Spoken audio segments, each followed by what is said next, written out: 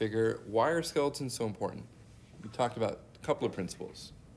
First one is they're bones. Do bones break? No. Do they bend? No, not unless there's a joint, right? So I'm telling myself what? Proportion, proportion, proportion, right? Placement, placement, placement. Gravity, gravity, gravity. I'm thinking about these relationships as I begin to correlate the parts, okay? So we're using bones as a way to, yes, establish gesture, as Roya said, but those gestures are bound by very specific rules. The rules are consistent, right? They conform to specific foundational principles of how the body is constructed. So we're using those rules as a way to kind of make things habit forming, okay?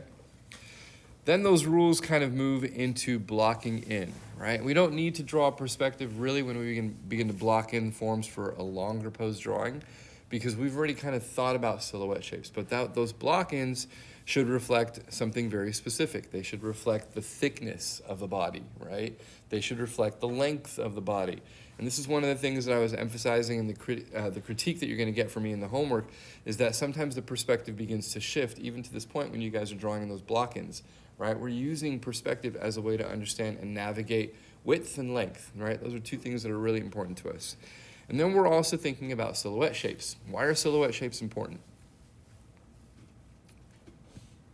They help us define shapes, right? They help support a general idea because we're using those silhouettes to summarize things, right? To make statements, to clarify edges, right? But they also help us to identify who we are looking at. Is it a male? Is it a female? How can I tell? I can tell because, maybe there's like a very specific shoulder line that I'm looking at. Or maybe I'm seeing the profile. Or maybe I'm seeing the space, and that space tells me that it's a male because of the stance, right? Or maybe when the feet are drawn in at a very specific angle, it's showing me the direction that the form is actually facing. All those things are really important, but they don't require detail. They require specific silhouette design, right? So we're always thinking about design as a way to negotiate that. So when I've moved from, single dimension line, right, to two-dimensional flat shapes, then I begin to think about the three-dimension, and this is when we come into this two-value system concept. The 3 dimensions is really about catapulting off of this idea of the block, which you guys have already done, right, and building it into understanding how do we form silhouette shapes that are also built within the context of the value relationships, right? So I'm talking about 2 different things. One is the silhouette of the overall shape, right? The other one is the forms, the value silhouettes that are happening within the forms. And one of the things that I always want to do is remember that I'm differentiating between 2D and 3D space. When I'm drawing the shapes, I'm drawing the silhouette. When I'm drawing the shapes and the shadows, I'm thinking about big and simple forms, right? The F-word forms immediately refers to, right, the 3-dimensional aspect of those shapes, right? It gives the shadow a darker value. We're usually thinking about 2 to 4 steps darker than the actual tone of the paper, but I'm never trying to actually draw in black. Why don't I ever want to draw in black when I'm drawing shadows in the human form? Anyone know? Anybody? Take a guess. Yes, it will look like an outline, but it's kind of the same concept of an outline. It's not exactly just the outline. Why do I want to avoid black? You don't really have anywhere to go to show detail if it's like fairly black. There's no detail. I mean, we're not really trying to draw detail in shadows, right? You can see all these shadows are just 3 shapes kind of broken down. Huh? Will it make it look like flat? It'll make it look flat. It's that simple, right? It's going to make it look like there's a hole on the surface. It's the same thing as having white up against black, right? I don't want everything to be like completely white because it's going to flatten out the lights. If I have everything completely black, it's going to be absorbent. And if you look at the skin tone that you actually have on the form, right, you're going to notice if you really study drawings, right, no drawings actually use black on the surface of the figure. Even when there's a line, the line might be the only thing that is established in black. Why is the line usually the only thing that's established in black? It's describing the edge of a form, right? Even if it's a core shadow, even if it's within the edge, right? It's saying, hey, this is the stop sign, right? This is where the edge begins to stop, right? But when it's a soft edge, you're gonna notice that edge really never holds a black form. It's darker, yes, but it's never really going to be black, okay? So here are the three rules that I want you to kind of keep in mind when you're thinking about a two-value system, which is what we're going to be focusing on when we're drawing the model. A two-value system means that if I have a different value, I am seeing a different plane, so immediately that value is going to shift from a light to a dark. We're going to count them as D and L. Okay. I want to summarize. I want to use one directional light to keep the forms. How many lights do we have in this room? Anyone want to take a gander? At least 30, maybe more, right? And then is your floor a light source? Yes. Yes. What kind of light source is it? Reflected light, right? So I'm seeing light bounce off of the light here onto this linoleum floor, which is extremely reflective, back onto the figure. I need to do something when I am drawing. What do I need to do? You are constantly editing, right? You are that person sitting on a computer moving things around so that you have a perfect series of images that go hand in hand, but you're doing it in real life. You are taking all these light sources and you are choosing which one is the most important, and you are deleting all the other ones because they are irrelevant to the story that you were trying to tell. So I guarantee you there's a lot more light happening on the surface on this drawing, right? But Steve Houston is taking it and saying, this is my most important dark, and this is my most important light source, and everything else in between are very subtle shades of gray. I don't need to include those so much, okay? When you are blocking in, we call this concept box logic or blocking in, right? We are finding the shapes and shadows on any given form, then grouping those simple shapes and shadows so that they are darker and so that they achieve realism, right? So one of the things to achieving realism is realizing that the human body is not parallel. That means that when I am drawing shapes, I want those shapes to have a rhythm and a pattern to them. So if I see a curve, I don't want to repeat that same curve. Why? Because it will flatten out the form, right? It's the same thing that I told you when I was drawing the arm. Do I want the arm to feel like it is the Pillsbury Doughboy? No, I want the arm to feel like it has a pattern. Well, those same patterns even exist within shadows, right? We talk about them as like a linking of chains. Well, you're going to see that same thing happen when I link the shadow shapes, right? They're going to go from big shapes to small shapes to long shapes and straight shapes, okay? And it happens innately within the context of the form. But if I'm only using C-curves to draw my form, right, my form is all of a sudden going to feel very flat or pudgy, right? And it's going to feel like the repeating shapes that I'm actually identifying are going to begin to isolate the form and not really relate to the content of muscle, right, and anatomical landmarks between muscle and bones. So if I'm thinking about muscle, yes, I'm thinking about a C-curve, but if I'm seeing the indication of a bone, my C-curve might become a straight line like the spine, because that bone is going to be a lot more rigid and a lot stronger, okay? Make sense? All right. So rule number one, different value, different plane. So if I'm looking at a cylinder or if I'm looking at a cube, you notice you can indicate them the exact same way. What is the biggest difference between a cylinder and a cube? The edge. You're whispering it, but yes, that is true, right? The edge becomes softer. And it can even be just a hairline softer, right? It's a combination of the shape that I am choosing to indicate the end of the form, right?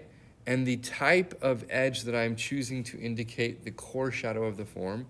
Those two changes, right, all of a sudden take my cylinder and make it into a cube. Okay? So when I'm identifying a form like an arm, right, we've been talking about this all semester, I give it a specific reference point. I say to myself in the back of my mind that an arm is a cylinder, right? Maybe if I'm drawing the bottom of a tube or the bottom of a face, right? I'm telling myself the face is a hard plane, right? But the front of it has circumference to it. So maybe I'm drawing a straight line for the back, but a curved line for the front. So I'm already establishing what types of forms I want to see. When I move down the axis of the human body, you can see that maybe the top of the ridge of a rib cage is going to be straight. But when I come to the circumference of the breast, right, the breast is a sphere sitting on the surface of that rib cage. So my contour becomes a what? A curve. And I'm moving between these changing lines to describe how the anatomy and the forms on that body actually begin to shift in relationship to the underlying anatomy underneath. So nothing should ever be what I think it is. I always want to be attentive to what it is actually trying to represent. This is why it's so important to study anatomy when you study figure drawing. This is why next semester it's all anatomy all the time, right? You'll see in these old Bargue drawings, this is, if you've never heard of this artist, Bargue, all right, Bargue and Jerome, what is his last name? I'm forgetting his, Jean-Léon Jerome. Both came together around the 1800s and actually worked on cataloging a whole bunch of plaster casts for their students. And they designed these drawings, and you can still find these books and these plates everywhere online, where they actually said, hey, this is a plaster cast, and hey, this is how we're going to simplify the plaster cast for all of our students. And he began a method of memorization, right? And this is kind of like the atelier process of drawing, where you are repeating the same things that the masters have done before in order to like understand how to like indicate shadow shapes. But what I'm telling you is you don't need to have to master this. What you need to understand is how are they simplifying the forms? What kind of lines are they using to draw all these shapes? They're like 90% straight lines. But the straight lines look like curves. Why? Can anyone tell me? Divided. Yeah, it is exactly that, Roya. It is how the curves are divided. So if I have a straight line that is doing this, it is going to feel flat, right? But if I have a straight line that follows the anatomy and divides the form accurately so that it's actually showing how the forms begin to represent the shadow shapes, all of a sudden those curves, those straights, are actually going to feel like curves because they're breaking down anatomical landmarks as well, okay? And even something as simple as just a little curve at the end or just a little edge that softens up and shows that soft edge, all of a sudden we'll go from like a really, really hard edge, which might otherwise be boring, right, and mundane and really rectangular, to a soft edge that begins to describe human anatomy, right? So these little curves that they're finding within the context of their shapes, right, are really straight lines that they're actually indicating with soft edges, okay? So I always say this, draw curves, draw straights, draw straights, draw straights. There is a reason behind the madness, okay? For today, I want you to think about how to simplify my shadows. That means that when you are drawing shadows, you are thinking about rhythms. You are thinking about volumes. You are thinking about patterns that you can make and identify. You are tracing lines down the form so that you're not just tracing the form, but you're also indicating how those forms relate to each other in space, okay? So when I'm drawing through the shadows, I don't want to draw like every single bump that my model might have, because if I am, those bumps might get a little bit too busy and they will start distracting. But if I can think about the major planes on those forms, right? Maybe there's an extra one here or there. I am basically setting up the identifier to say, these are the most important statements that I need to make when I'm drawing the figure, okay? Does that make sense? So are we drawing everything we see? No. No, you have to use your brains. You have to make choices. You have to think about what is it that I want to edit out and what is it that I want to keep in. How do you decide what it is that you want to keep in? Goes back to week 1. Big shapes first, small shapes second, right? Top usually kind of tapers down to the bottom, right? So if I'm drawing a rib, the whole rib cage is going to be more important than maybe the scapula, okay? The whole pelvis shape is going to be more important than maybe this little line of the glutes, or maybe the pelvis is showing its 2 little indentations, right? These 2 little indentations might be in the right spot, but if my glutes don't show my glutes, it doesn't really matter. You're going to have 2 eyes staring at you from an abyss, okay? So you always want to think about your forms. The shadow connection is a really important concept. What do I mean by shadow connection? Can anyone tell me? That means that I try to, as much as possible, connect the shapes that I see, even if they are negative, right? Shadows are the negative relationships of the positive forms, right? We're seeing the inverse of what everything is. But if my shadows make sense and I can connect all the shadow shapes together, my statement will be clearer. It's like editing a really clear, beautiful sentence in a paragraph that you have written. If my statement can be made within the context of one sentence versus 2 or 3 sentences, it's going to be clear to understand and comprehend, right? Even if the shadow is broken up, and this is something that I really love to do, if I can understand how the shadow continues, right, it will also help to delineate that form or that statement. A lot of people were forgetting to continue their shadow shapes as they were drawing their homework assignments. We always want to remember those shapes should be a continuation of each other because they're making the same statement. Even this little hollow right here, right, is going to lead to the hand. That hand is going to lead to the arm, right? I don't know that that shadow of the nose is that important, but it will lead back up to the head, okay? Your basic tools for drawing, we have talked about this before. What is I, C, and S? Straight, C curve, what is this? S curve, right?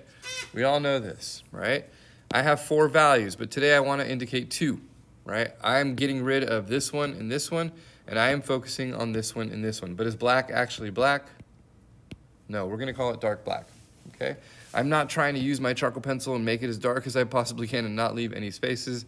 I'm trying to think about it by using the side of my pencil and to create just an illusion of black, okay?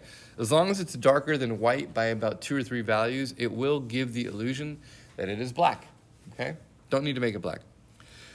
The 4th thing I want to think about are edges. Have we talked about edges in this class? I forget. I don't think we have, right?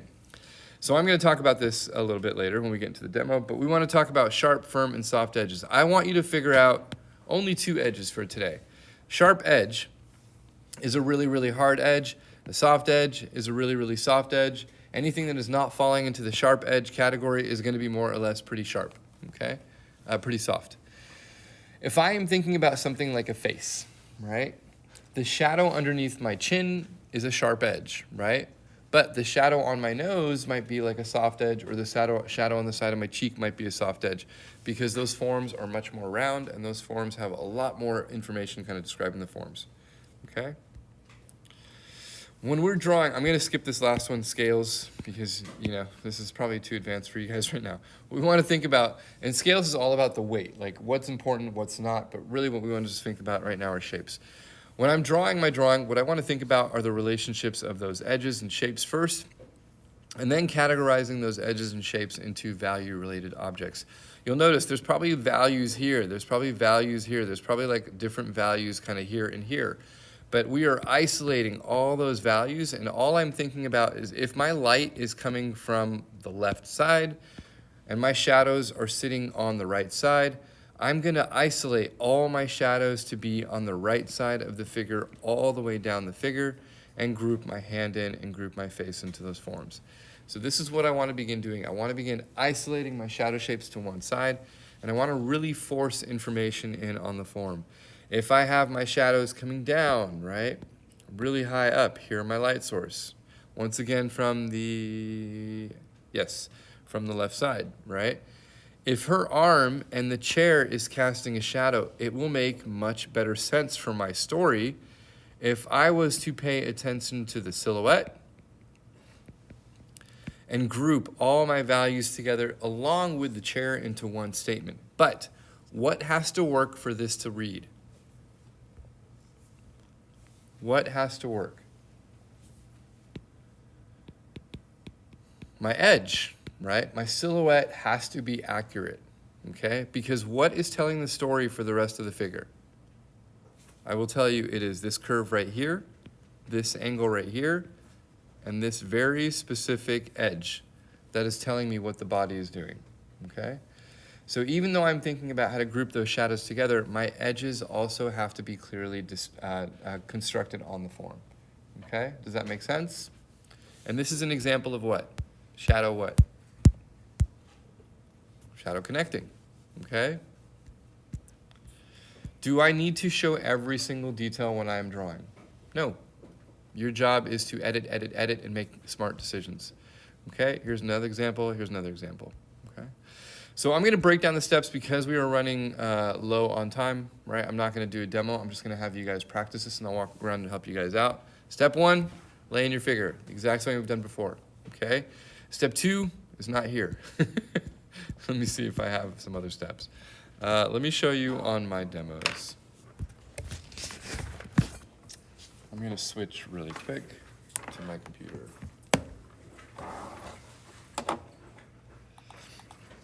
Let's see if I have the steps broken down. Nope.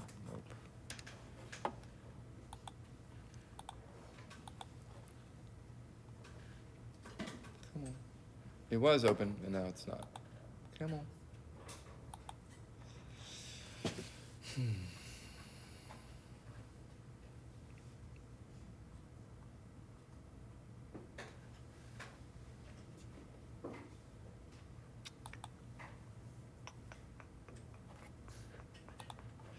So this is what I want you guys to be doing in class. I still want to see a clear gesture. I want to see you guys break down the shadow shapes, break down the silhouette shapes of the figure into really simple shapes. You don't need to block it in. Then we're going to get into all the stuff that we've talked about, the edges of the anatomy, paying really close attention to what those edges represent. If you don't understand what's happening with the turning of the form, block in your form. And then I want to see you map out your values, okay? I actually want to see how that value map physically will be represented on the figure. And then using one single form, I want to see you how you're actually going to draw those values into the shape, okay? The one thing that I really want to pay attention to, and I'm going to jump right back to my USB, see, okay, is when we're drawing the figure, one of the biggest things that I see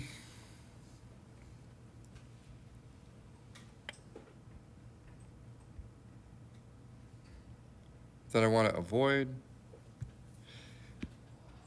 is how people use their charcoal pencil, right? What I don't want to see, like if this is my value, this is my value, this is my value.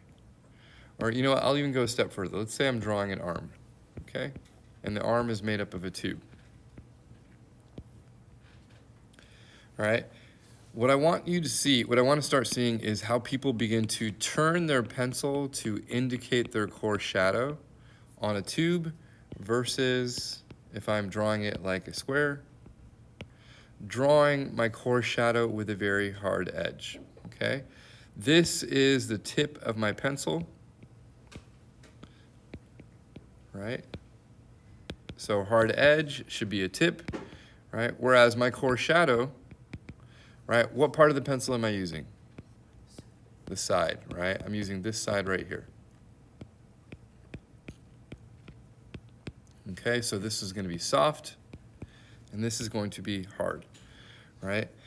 And then when I'm indicating those values, there's something else that I want to think about. And that is, how do I move my pencil around the page? So if I'm drawing in my shape, right, do I want to draw my shapes in up and down like this? No. Why?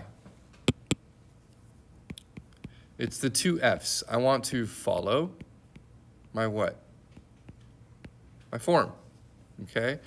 So if I'm following my form, I need to move my pencil and move my whole arm back and forth, right? So I can actually lay in that shape in relationship to that form, okay? The other thing that I don't want to see is this, where I see this so much, it drives me nuts. What am I doing? Scribbling. Scribbling is great if you're 6 years old, right? But you guys are not 6 years old, you're all adults. If I am looking at a shape, if it is a rectangle, my job should be to follow the direction. Sorry, my pencil's not working too well. My job should be to follow the direction of that form and make sure that my values are moving in the longest path, right? If I am following a square, then I need to make sure that I am moving my pencil, come on pencil, sorry, sometimes it's pencil sensitive, moving my pencil in the direction of the form and following the direction of those values. If I am doing this, right, I'm interrupting the actual form. I am actually making a mess of all that work that I did when I was laying out the drawing, okay? So make sure that you're following the direction of the form when you're laying in those values, all right?